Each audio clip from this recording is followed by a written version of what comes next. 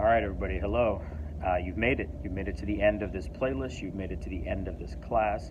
It's now time for you to be ready to take this EOC.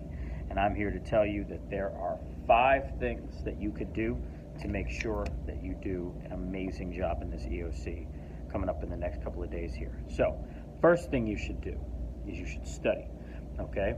Don't overdo it.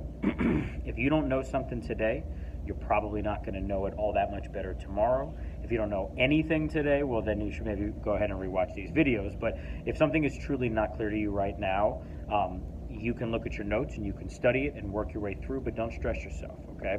Focus on what you are good at and build from there, okay? So that's the first thing you can do. Second thing you can do, which is really part of studying, is you can make some different flashcards, especially when it comes to the amendments in the Supreme Court cases. Those are the things that tend to bother people the most in terms of remembering them. So go ahead and make yourself some flashcards for those. So that's another thing you can do.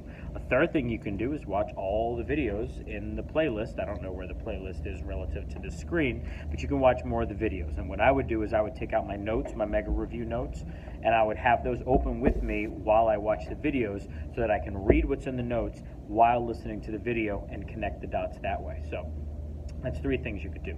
Another thing you could do is you can do some prep works, right? You probably are already done with prep works, but just because you are done with it doesn't mean that you can't do some more, right?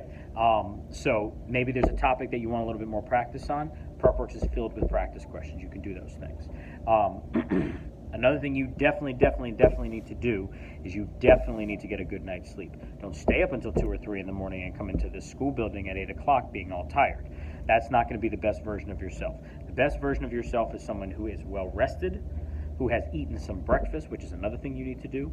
Eat some breakfast, and just make sure that you take care of yourself. Don't beat yourself up over the stuff you don't know. Oftentimes when we take a test, we feel bad because we're focusing on the 2 or 3 questions that like really stumped us. We're not focusing on the 25 questions that we didn't even think about because they were so easy. We just hit A or hit the right answer and we kept it moving.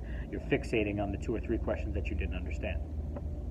Don't do that, okay? Have a good night's sleep. Eat a good breakfast.